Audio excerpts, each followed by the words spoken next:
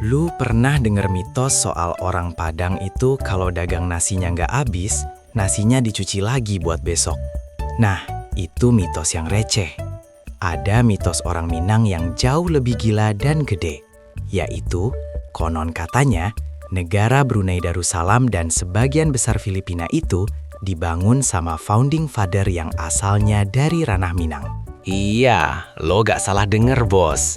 Dua negara, Brunei yang kaya raya itu sama Filipina, di mana ibu kotanya Manila punya DNA Minangkabau.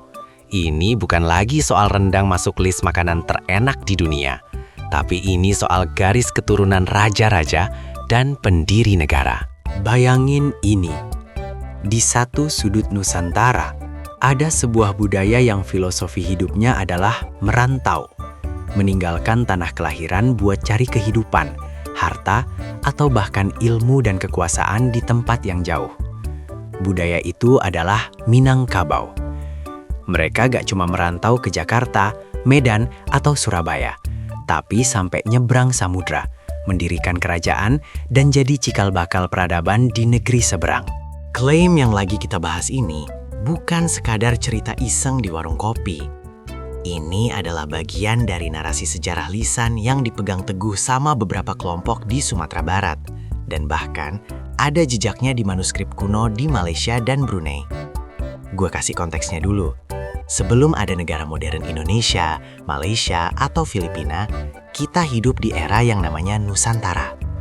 Batas-batasnya cair. Kerajaan besar kayak Sriwijaya yang berpusat di Sumatera punya jangkauan pengaruh yang super luas dari Thailand Selatan sampai ke Filipina Selatan. Ini adalah zaman di mana laut bukan pemisah, tapi jalan tol utama. Para pedagang, ulama, dan petualang dari Minangkabau yang dikenal jago berdagang dan keras kepala secara positif, punya peluang emas buat jadi orang baru yang sukses di tanah asing. Minangkabau punya sistem unik, namanya adat dan syara, yang membuat mereka fleksibel sekaligus teguh pada identitas mereka.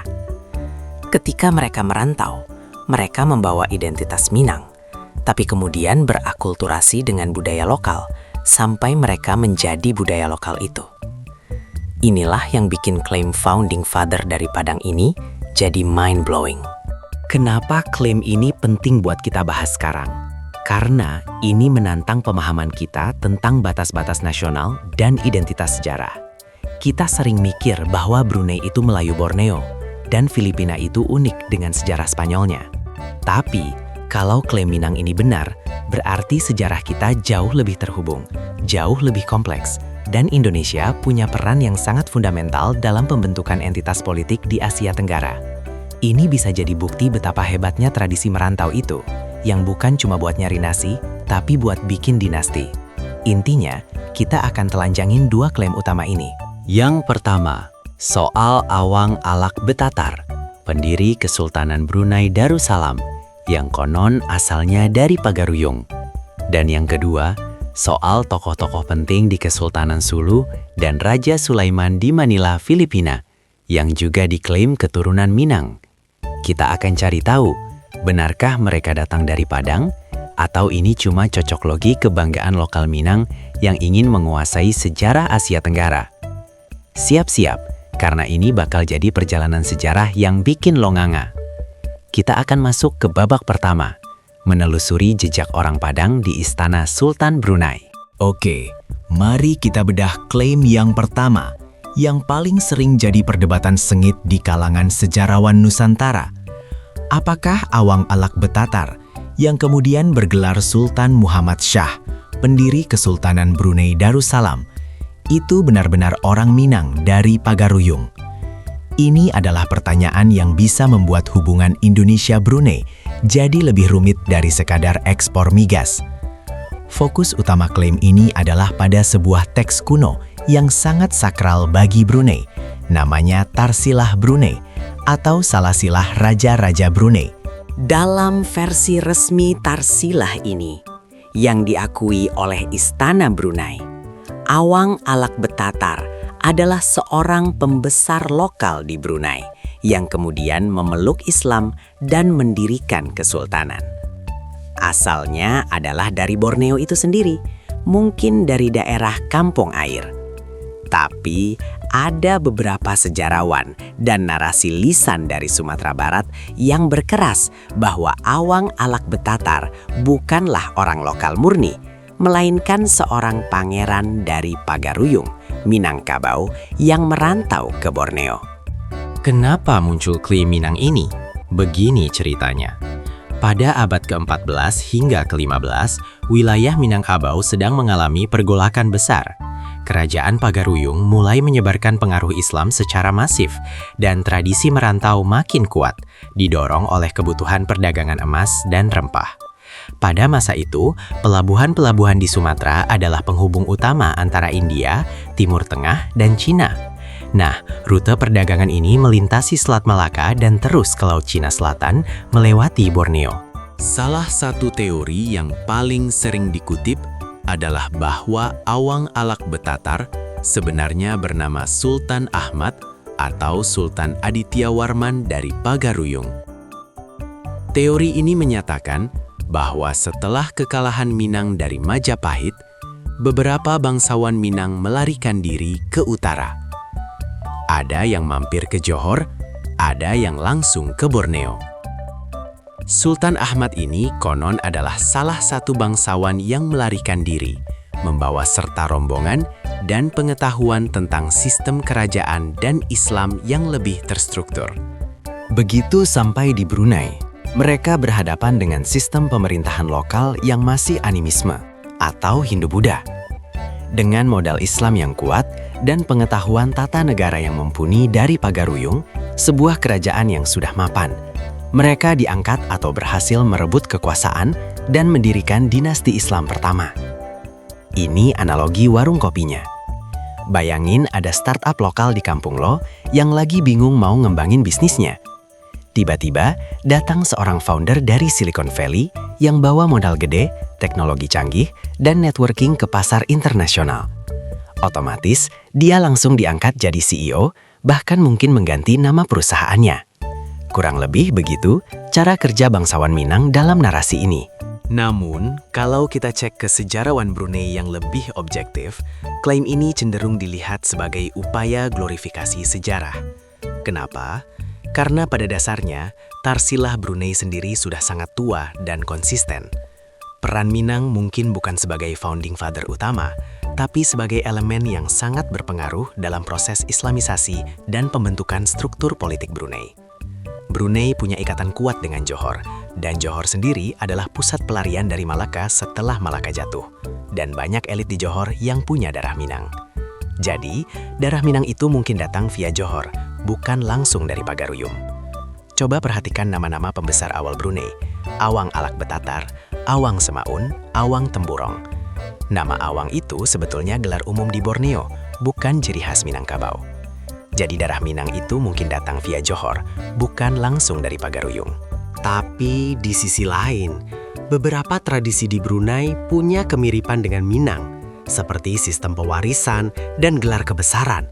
Meski ini bisa dijelaskan sebagai kemiripan umum rumpun Melayu. Yang pasti, Minang merantau itu beneran ada, dan jangkauan mereka sampai ke Borneo. Pertanyaannya, apakah mereka membangun Brunei atau hanya memperkaya Brunei? Kalau kita bicara soal panjang, sejarawan Minang bahkan mengklaim bahwa kapal yang membawa Awang Alak Betatar dan rombongannya adalah kapal-kapal besar yang memang didesain untuk pelayaran jauh, membawa artefak-artefak Minang. Bahkan konon, ada tradisi adat di Brunei yang mirip dengan adat perpatih Minangkabau, yang lebih condong ke matrilineal, padahal Brunei sekarang patrilineal. Ini menunjukkan adanya layer sejarah yang tersembunyi. Jadi, intinya di babak satu ini, klaim bahwa Brunei didirikan oleh orang Minang adalah narasi yang kuat, tapi belum didukung bukti Tarsilah resmi Brunei. Sekarang, kita pindah ke tantangan yang lebih berat, Filipina. Kalau klaim soal Brunei itu masih abu-abu, klaim yang menghubungkan Minangkabau dengan Filipina, khususnya Manila dan Kesultanan Sulu, ini jauh lebih liar. Kenapa liar? Karena Filipina sudah terlanjur diidentifikasi dengan sejarah Spanyol dan Katolik. Tapi, sebelum Ferdinand Magellan datang, Filipina bagian selatan dan tengah adalah wilayah yang sangat kental dengan pengaruh Melayu dan Islam. Disinilah Minangkabau diletakkan sebagai tokoh sentral. Klaim Minang di Filipina ini punya dua fokus. Yang pertama adalah Kesultanan Sulu di selatan, dan yang kedua adalah Raja Sulaiman, penguasa kerajaan Mainilat saat Spanyol pertama kali tiba pada abad ke-16. Mari kita bahas Kesultanan Sulu dulu. Silsilah Kesultanan Sulu, yang juga dikenal sebagai Salsilah Sulu, mencatat kedatangan seorang tokoh bernama Raja Baguinda Ali. Raja Baguinda ini diklaim sebagai seorang bangsawan atau pangeran yang datang dari Minangkabau atau setidaknya dari Sumatera. Dan dia adalah tokoh yang membawa Islam dan memperkuat sistem kerajaan di wilayah Sulu. Ada versi cerita yang bilang Raja Baguinda ini datang dari Palembang, tapi ada juga versi yang lebih spesifik menyebut dia dari Pagaruyung. Kenapa Sulu bisa jadi target perantau Minang? Sama seperti Brunei, alasannya adalah jalur perdagangan. Sekarang yang lebih seru, Raja Sulaiman dari Manila. Dia adalah sosok ikonik, penguasa muslim yang gagah berani melawan tentara Spanyol pimpinan Miguel López de Legazpi pada tahun 1570-an. Saat Spanyol datang, Manila bukanlah hutan belantara. Itu adalah sebuah permukiman yang terstruktur dengan benteng dan masyarakat yang sudah memeluk Islam yang dikenal sebagai Kerajaan Mainilat. Raja Sulaiman bersekutu dengan penguasa Tondo, Lakandula, untuk mempertahankan wilayah mereka. Klaim Minang menyatakan bahwa Raja Sulaiman adalah keturunan dari Raja Baguinda yang tadi kita bahas, atau setidaknya keturunan dari gelombang perantau Minang yang lebih awal. Alasannya kuat, bos. Analogi warung kopinya begini, Minang itu kayak franchise yang sukses. Begitu mereka berhasil di Sulu, mereka mulai buka cabang baru ke utara, yaitu Manila. Mereka membawa identitas Melayu Islam yang sama dan sistem pemerintahan yang mirip. Bagaimana buktinya? Selain silsilah lisan, ada analisis linguistik yang menarik. Meskipun bahasa Tausug dan Tagalog berbeda jauh dari Minangkabau, ada pengaruh leksikon Melayu klasik yang kuat, yang banyak dibawa oleh perantau dari Sumatera. Selain itu, ada kajian yang menghubungkan pola arsitektur tradisional dan seni ukir di Filipina Selatan dengan pola ukiran Minangkabau. Bahkan, simbol-simbol kerajaan di Sulu diklaim punya kemiripan dengan Marawa, milik Pagaruyung. Namun, di sini kita harus hati-hati. Sejarawan Filipina yang lebih modern cenderung melihat Raja Sulaiman dan para penguasa di Manila sebagai keturunan dari Kerajaan Brunei. Jadi, urutannya begini. Pagaruyung mempengaruhi Johor Malaka. Johor Malaka mempengaruhi Brunei. Dan Brunei mempengaruhi Manila. Kalau ini urutannya, maka Minang adalah kakek buyut pengaruhnya, bukan bapak langsungnya. Kenapa Brunei bisa jadi perantara? Karena Kesultanan Brunei adalah kekuatan maritim yang sangat besar pada masa itu, dan mereka mengontrol rute perdagangan ke Luzon. Jadi kesimpulannya bukan founding father secara harfiah sebagai orang pertama yang menginjakkan kaki, melainkan founding architect. Mereka adalah arsitek yang merancang ulang fondasi kerajaan lokal. Garis keturunan darah Minang mungkin sudah tercampur puluhan generasi atau bahkan terputus di tengah jalan, seperti yang terjadi pada Raja Sulaiman yang lebih dekat kekerabatannya dengan Sultan Brunei. Tetapi, cetak biru politik, spiritual, dan budaya yang mereka tanamkan, konsep bernegara yang Islami, jaringan perdagangan maritim, dan hukum adat yang terstruktur, itulah warisan Minangkabau yang sesungguhnya di kedua tempat itu. Ini membuktikan bahwa tradisi merantau di Minangkabau bukan cuma soal nyari uang buat dibawa pulang, tapi soal menciptakan peradaban baru di tempat asing. Ini keren, dan ini mind-blowing. Gimana pendapat lo, bos?